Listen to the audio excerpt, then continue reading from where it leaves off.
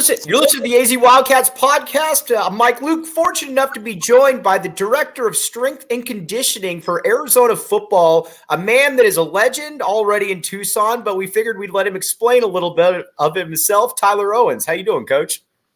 I'm good. How are you? Dude, not too bad. First, just tell the people a little bit about your background before you got to Arizona, because it's a heck of a background right there. I played my football career at Alabama, the University of Alabama. And then I was on staff there when my career finished up for the next six or so years, as an assistant strength coach there under two different head guys, fortunate to be a part of that. And then a lot of really good teams around a lot of really good players. Got to experience 5 national championships and 5 SEC championships. And then, when Coach Fisch got out to Arizona in 2021, I was fortunate enough to come be a part of this and try to build a program out here. Did you always want to get into strength and conditioning post-football career? I would say probably made the decision pretty early on. I played all 3 sports growing up, football, basketball, and baseball. And then, when I dropped basketball and baseball and really started focusing on football and started high school strength coaches, high school coaches, showed you the importance of the weight room, and you saw what it could do for your career and give me the opportunity to go continue playing at Alabama. It was something that I fell in love with and something that I wanted to do to be able to be a part of a team for the rest of my life and be in a locker room and be around the guys and those type of things. So it was something that I figured out pretty early on. And the more I went through my playing career and got to be around, my head strength coach when I was a player, right. And then when I first got into it, it's been something that's just been something I've been really passionate about. All right, before we get to the ins and outs of Arizona, what was it like playing and then, coaching under, let's be honest here, the greatest college football coach of all time in Nick Saban? I would say it was an unbelievable experience. I'm fortunate to get to be a part of it. I just think the lessons you learn that carry over to every aspect of your life, that you can apply for the rest of your life, whether it be the attention to detail, having high expectations, living up to the standard, all those things. I mean, just so many things that you get to learn and apply, not only to, fortunately my job here, and the program we're trying to build, but also just the life lessons I've learned to apply to my life to be better at who I am and the things that I can try to implement and teach the guys on our football team and our program. I would say it's just an unbelievable experience. Something that I'll cherish the rest of my life and things that I can definitely carry with me the rest of my life that I'll be able to apply no matter how long I'm in this field or how long I'm coaching. It's something I can always take with me. So how did that go with Jedd Fisch then? When he reached out obviously to give you a pretty big time position right there? How did that all work?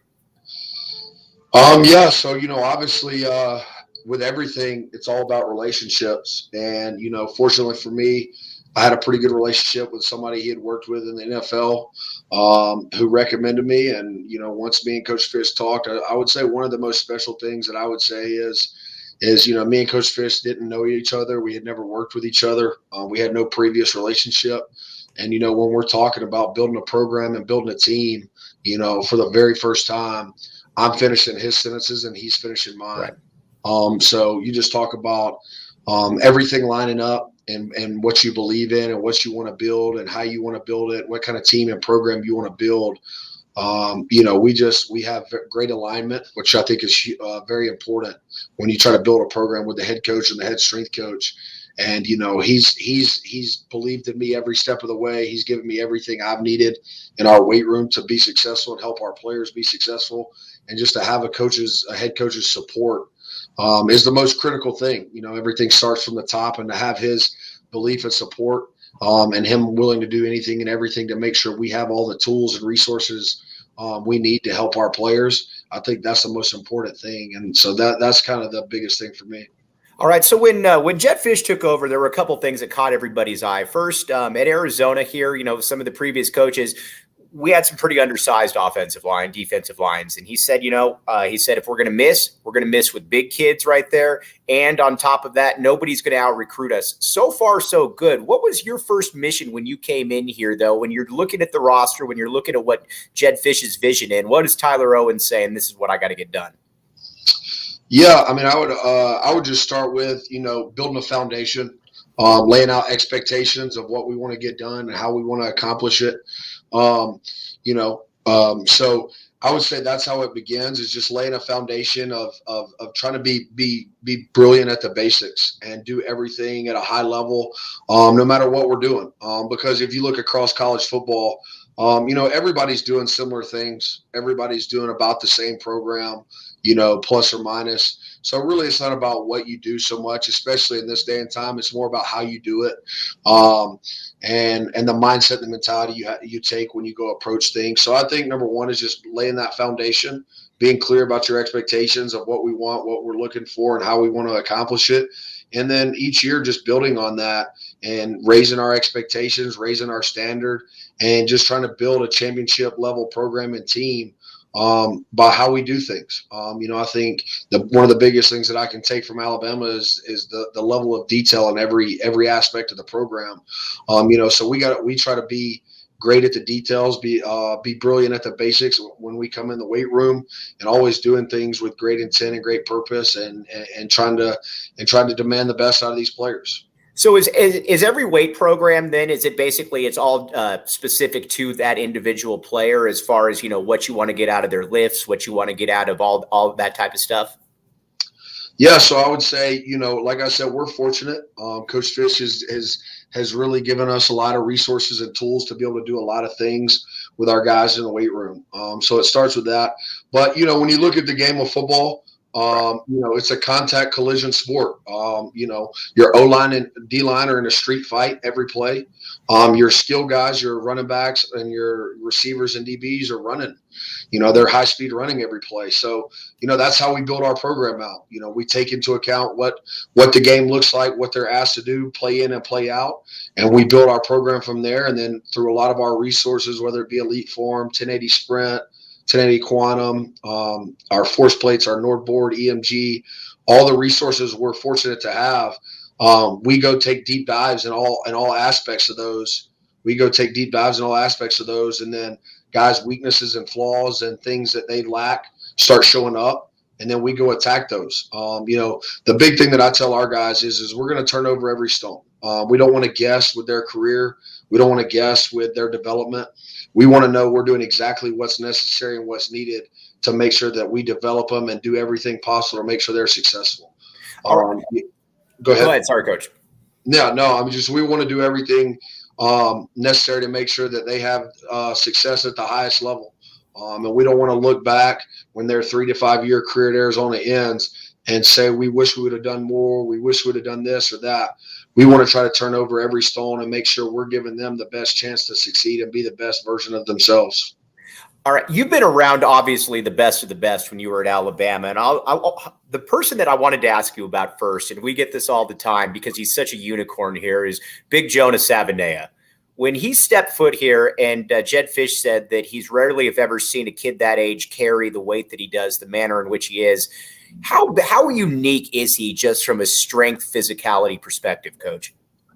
I would say unbelievable. But I would say more than that, who he is as a person is one of the most impressive things. I mean, to come in as a freshman and to handle starting 12 games, the attitude, the mindset that he shows up with every day, the kind of person he is around his teammates, who he is in the locker room.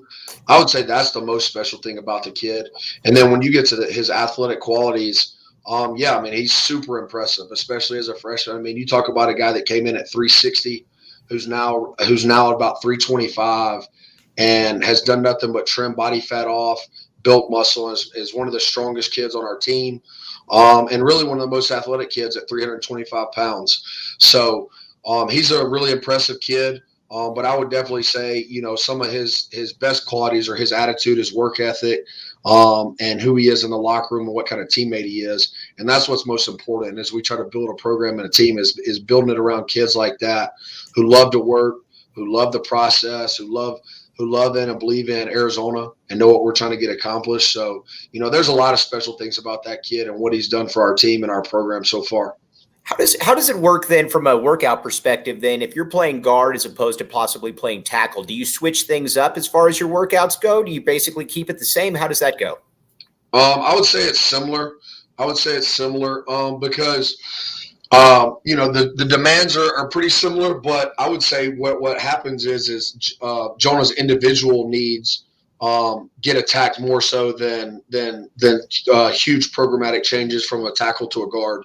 I would say there's certain things that we'll do with him individually that are going to be more specific than just necessarily from a guard to a tackle. Obviously, a tackle needs to be a little bit more athletic, maybe a little bit lighter. Got to block a little bit more athletic guys on the edge and on the perimeter. But I think that just comes down to some of the things that we're trying to do with him individually to help him be great at that. From your perspective, when a kid comes in, do you like obviously you like working with all the kids, but when a guy comes in, do you like working with the one that's already kind of the specimen or the one that's also kind of the blank canvas that you can mold and you can say, when he walks out of here, here's your before picture, here's your after picture? I would say each situation's unique. You're always trying to develop everybody to reach their maximal potential. Right. That's what we tell them all the time. Like every single person that walks in the door, at the end of the day, you all have different potentials. And your genetic ceiling is all different depending on who you are. So I'd say each individual case is unique, and we try to maximize each one. So I would say it certainly is fun with guys that have a high genetic ceiling, but it's also awesome to see maybe some of your lesser guys come in and work and exceed what you ever thought they could be. So I would say they're all unique challenges, and they're all fun because they're all so different in their own way. And they're all a challenge. Every year I feel like I learn something new. Every year I feel like there's a new challenge. There's a new thing that we gotta figure out how to get accomplished, how to reach and push somebody to the best they can be. And so I would say they're all unique challenges, and they're all fun and challenging in their own way. But it's certainly cool to see some of your lesser guys go farther or more than you thought they or expected that they would be, and then also see some of your higher level guys reach everything that they accomplished. Because not everybody does, right? Like you've heard of plenty of stories where guys that are super talented or whatever, and then they don't make it. So I would say just seeing those guys that do have the abilities come in and make it, achieve and accomplish their goals, but then also some of those lower level guys come in and surpass the goals that you had expected for them. How impressed are you by the progress that a guy like Wendell Moe made from when he came in to where he is now and to where he's going to be basically a linchpin on that offensive line? Yeah, he's another kid that is just, super high character kid, really, really solid kid. And another guy that just, is a great teammate. Our offensive line room is just a bunch of really, really solid guys that just love him, believe in the work. And I think that's where it starts most importantly, is guys that just are willing to put in the work and the time to become the best version of themselves. And so, I think it's super exciting with that kid again, because I think you see just in a short time period of what he could accomplish, knowing that we didn't even have him for a full off season last year. So being able to have him for an entire off season and then roll him out there for year two after gaining some experience as a freshman late in the year, I think that's super exciting. So, I think, again, we have a lot of young guys that we're trying to build a program around. And I think he's another one that kind of the sky's the limit in terms of what he's capable of if he continues to put in the work and believe in and trust in the process that we have laid out for him, just because of his abilities and what kind of kid he is and the character he has. How does it work out? Obviously, Arizona's got one of the best wide receiver rooms in the entire country. You see that up close each day. How is it different when you got two guys that are All-American type candidates and Jacob Cowing and a T-Mac, but they're both built obviously much different skill sets? How do those workouts differ, if at all? Yeah, so I mean, I would say for sure. But it all comes back to what each guy's individual weaknesses are. Right. And T-Mac at his long speed wasn't at an elite level last year. Coming in as a young freshman, hadn't trained a lot coming out of high school. Played beach volleyball, did a lot of things. But overall, his top end long speed wasn't at an elite level. And I would say the kind of work he put in this spring and this offseason so far, he's taken that to another level. So that was a focus for him, is like individually, what do you need to be? What do you need to do to be an elite receiver on the perimeter? And he knew, and we all knew, that the number one priority for that kid is top end long speed. So that's been his focus, and that'll continue to be his focus as we go through the rest of this offseason. And then you look at a guy like Jacob Cowing, who does a lot of things at a high level, who's a more veteran guy, who has probably a little bit less weaknesses and flaws in his game. His is more just about building body armor and building durability as being a smaller slot, undersized guy. So his whole focus is on how can he put on body armor, how can he build a little bit more strength and capacity to be able to handle some of those hard hits coming across the middle, to be able to handle some hits from linebackers running downhill at him. So his number one focus is getting a little extra body armor on, but putting a little extra size on. So I would say it just becomes individually what is their weaknesses and flaw in their game based upon what we're seeing and based upon all the resources we have. And then we go attack it. And, both guys have done a great job in that. Jacob Cowing's going to show up this season weighing 175. T-Mac's already running over 20, close to 21 miles an hour, when last year he was barely touching 19. So he's already running a mile and a half faster. And it's just a credit to the type of work he's put in, and him knowing and understanding exactly what it is he needs to do to improve. So we're fortunate to have the resources we have so that each guy can know exactly what it is they need to work on every time they step in the weight room. When you get a guy like Speedy Luke that comes in that obviously relies on a lot of shiftiness, is kind of a smaller guy, do you look at like the body frame and say, this is probably your ideal weight? Is this something that you kind of, take it as you see month by month by month? How does that work when you're dealing with a guy like that? Yeah, so one thing I haven't covered is like we have a whole high performance staff. So you have my staff, who's all incredible at what they do. You have Kevin, our head athletic trainer, and Paul, who does a phenomenal job at what they do, and they're a huge part of our team. And then you have Miranda, who just joined us here in January, who's also incredible at what she does. And then, our sports psychologist, Dr. Webb, and her staff, who are also incredible at what they do. So we have a whole team of high-performance staff who meet weekly. And a piece of that is, we do frame measurements, we do DEXs, we do bod pods, we do the full workup on every single one of our guys. Like I said, a part of that is the frame measurement. So we're able to know exactly what each guy's frame can hold and what that looks like for each guy individually on our team. And then we all sit down together and come up with a plan, whether it be Speedy Luke, Jacob Cowing, or any guy on our roster, and figure out ways of how we can get them there and what we need to do to get each guy there. And Speedy Luke is just a part of that plan. So, he comes in, we do a DEXA, we look at his bone mass, we look at all things, every detail of it. Then he runs through a frame workout with Miranda and her staff. And then we sit down and meet on how we can get him and maximize him to that frame that we want him at, that he needs to be able to play at a high level and stay safe and play at a high level. All right, two more questions and then we'll let you go. And again, obviously really appreciate your time. Jordan Morgan, one of the reasons that he said when he came back after obviously dealing with the knee injuries, he said that I've got a strength and conditioning and a rehabilitation staff here that is second to none. That had to feel pretty good, Coach. Yeah, I mean, it's always great to hear your players say that. Because like I said, we're always trying to do everything we can to maximize them and bring out the best in them. So it's certainly, greatly appreciated. Obviously unfortunate what happened to the kid, but we're going to do everything we can to get him back at playing at a high level.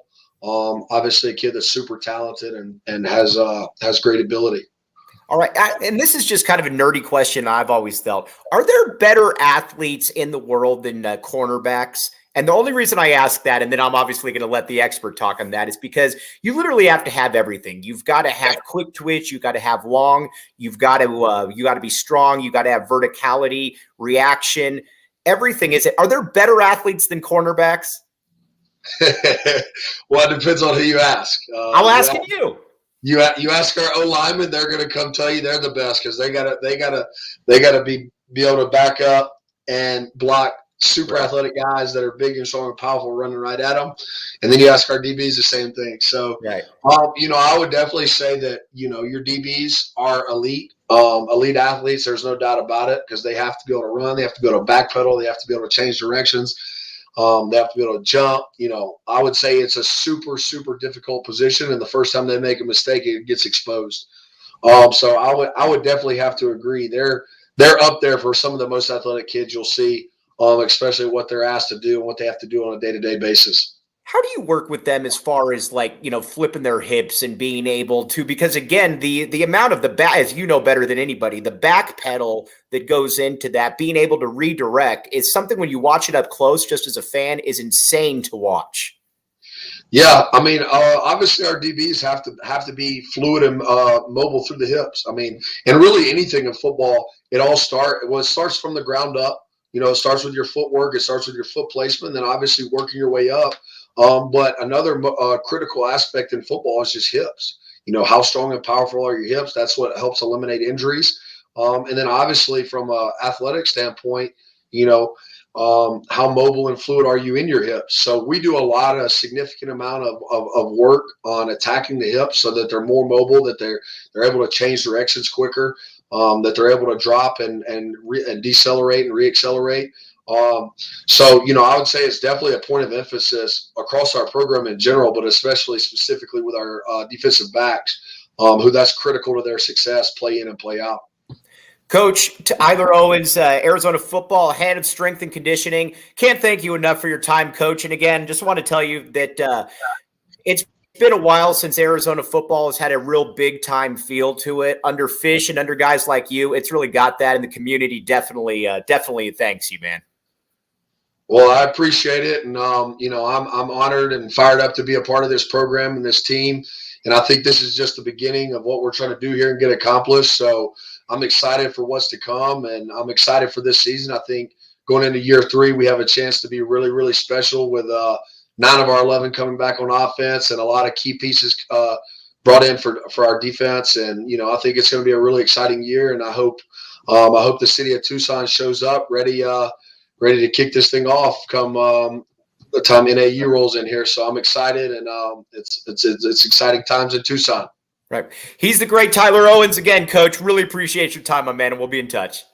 Awesome. I appreciate it. Have a good one. All right, thanks again. Tyler Owens right there, head strength and conditioning coach for the University of Arizona football team. All right, I got a lot of thoughts that we got to get to here in just a minute here because there are a bunch of different things because, again, but first, got to pay the bills, BetMGM. All right, I'm betting on the University of Arizona Wildcats here. If you're back in the A, heck, we even have Oregon State people in here back in the A. I see you, Clint Moses. All right, if you haven't signed up for BetMGM yet, use bonus code PHNX. There's a few different offers depending on where you live, but for our Arizona audience, you will get up to $100 in bonus bets on your first wager with BetMGM. Again, make sure you use bonus code PHNX. Check out the show notes for full details. Again, we tried telling all of you last year that Arizona was a little under the radar when it came to betting, and it was 2.5 was way too low. It was terribly low. Now, get on there again. Check out BetMGM. Now, let's hear the Shane Diefenbach with the disclaimer. Disclaimer, 21 plus to wager. Visit BetMGM.com for terms and conditions. U.S. promotional offers not available in Washington, D.C., Mississippi, Nevada, New York, and Ontario. Gambling problem? Call 1-800-GAMBLER. Colorado, D.C., Illinois, Indiana, Louisiana, Maryland, Mississippi, New Jersey, Ohio, Pennsylvania, Tennessee, Virginia, West Virginia, Wyoming. Call 877-8-HOPE-NY or text HOPE-NY 467-369, New York. Call 1-800-NEXT-STEP, Arizona. 1-800-522-4700, Kansas, Nevada. 1-800-327-5050, Massachusetts. 1-800-BETS-OFF, Iowa. 1-800-270-7117 for confidential help, Michigan. All right. All of you on here, you all back the A, obviously, and so you've seen and you've probably been watching Arizona football for quite a while, and you know that over the years, Arizona, yes, like with Rich Rod, there were good teams, but it always felt like you were having to scheme because you weren't big enough or you weren't athletic enough, whatever the case may be. Jedd Fisch came in and he said, no more of that. He said, we will be. I mean, he didn't say that. That's me speaking for him, obviously. But he said, we're going to be big. We're going to be big up front, and if we're going to miss, we're going to miss big, and we're going to have the best training staff that we can have. And that's exactly, you saw it right there with Tyler Owens. And that's a guy, too, that you just watch him, and you can see that he gets it from a variety of different angles. First of all, with his background, he knows what greatness looks like, and I'm a big believer in that. When you're at Alabama and you're playing under the GOAT, Nick Saban, and you're the strength and conditioning, you see up front what greatness is supposed to look like. And so coming in here, he's looking at the Arizona roster and he knows that, I mean, we can all be honest here. This isn't Alabama, but you know that their template is in place. We know what we have to do.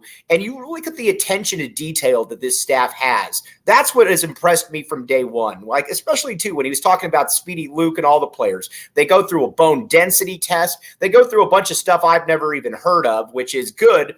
Whereas you always got the sense kind of with some previous staffs, all right, go hit the weight room for a little bit and then, we'll see you out on the field. Everything with this staff is attention to detail. And what was also really great about it too is when he started talking about big Jonah Savaiinaea.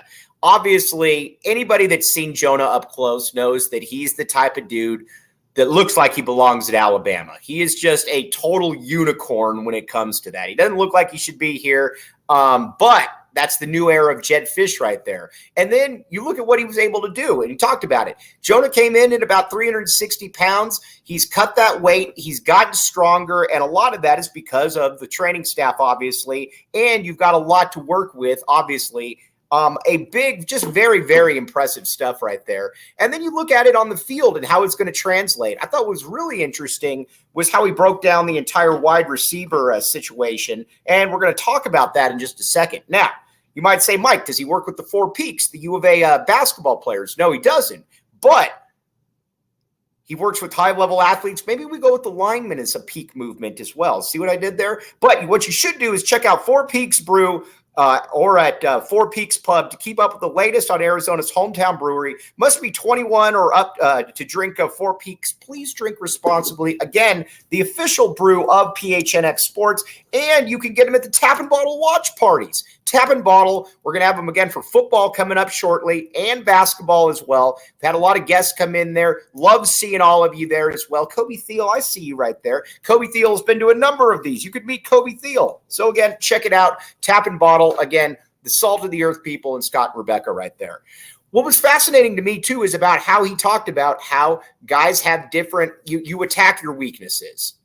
Because I think everybody knows this. When you're growing up, you generally just want to work on your strengths. I think about it, like when I was in high school, granted, not exactly a place like Servite or Modern Day, but it's Saguaro. The strong kids, the guys that were good at bench pressing, they wanted to bench press every day. But if they had chicken legs, they probably didn't want to hit the squat rack, or they probably didn't want to hit the calf extensions, whatever the case may be. Once you get to big time college football, you have to start working on the squat rack, because everybody has that exact kind of strength that goes with it. The strength, the dexterity, the fluidity, all of that stuff.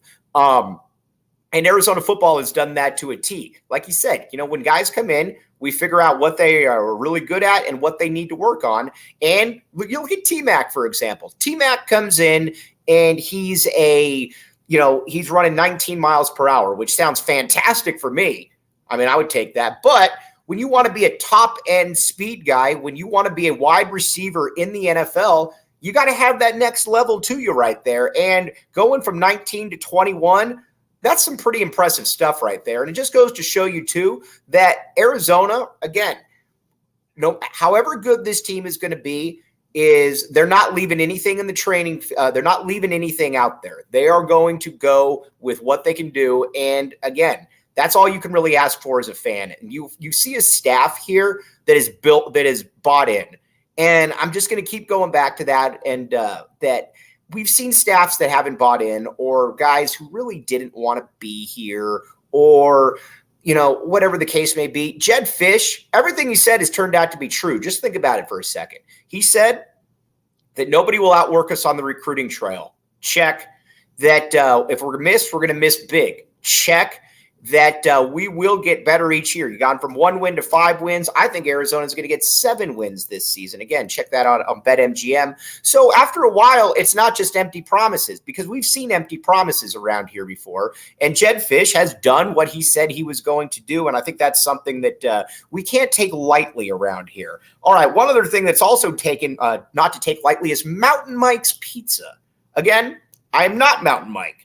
But that does sound like an offensive lineman right there. Mountain Mike. Check out Mountain Mike's Pizza. All kinds of good stuff going on right there. Head over to mountainmikespizza.com or to their Mesa, Chandler, or Tucson locations to get your next order. Reminder, new diehards get $50 voucher upon signing up. Mountain Mike's Pizza, again, they're also in Sacramento. That's how cool they are. That kind of speaks for itself right there. So check it out, Mountain Mike's Pizza. And one other one, and then we're going to get back to football right here. Fubo TV. All right. Now, you can watch the Wildcats with Fubo TV. You can use the link in the description to sign up for 15% off your first month of Fubo Pro. 140 live channels of sports, shows, movies, news, you name it. Events coming up. NBA Finals on ABC. Fubo TV is here for you. All right. Now, some of the comments right here. And again, sorry, guys, when we're doing an interview, it's kind of hard to get to some of them.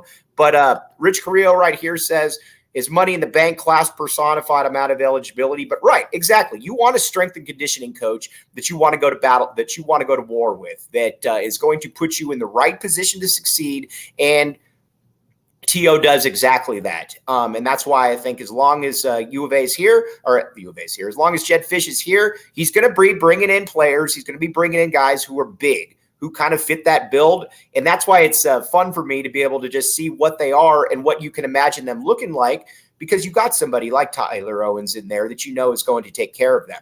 Also, Clint Moses, Baclier. I'm going to give a little bit of a mea culpa to Oregon State fans right here. You guys will like this. Even though I don't want to be in the same conference as the Pac-12 and you guys do, I got to give you guys a lot of credit. There's a lot more of you out there than I actually thought there were, and you definitely back your Beavers right there. We back the A around here, so we have a different mindset, but I got to give you guys a lot of credit. You're everywhere, and there's definitely a lot more Oregon State fans than I thought. Now, when it comes to Arizona football, again, I'm going 7 wins. I'm laying down the gauntlet right there. 7 wins. I believe that in year 3, Jedd Fisch has gone from 1 win to 5 wins to 7 wins. And I believe that Arizona is going bowling. That's how excited I am about this team. Get your tickets right now because, again, these things are going to go like hotcakes, kind of like pins and aces. Now, I generally don't look cool, but if I do want to look cool, you know what I'm going to rock? Some pins and aces. On the golf course, you can always use them, or you could look like Jacob Franklin.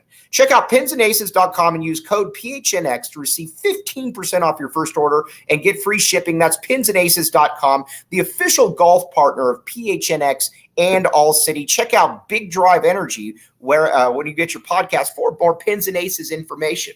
All right, going to sign off here. Wanted to nerd out on a lot of strength and athleticism. Got Shear coming back on tomorrow. We're going to talk more conference realignment, basketball, football, get his reaction to what T.O. had to say. But as always, appreciate you guys all hopping in here early with me. We'll be back at our normal time tomorrow at 12:30. Appreciate all the comments to Coach Tyler Owens, Jeff Bowe, Matt Ensor. You guys are all the best. Jacob Franklin behind the scenes, who we never see. You're the best as well. We'll be back with you tomorrow. You've been listening to the AZ Wildcats podcast.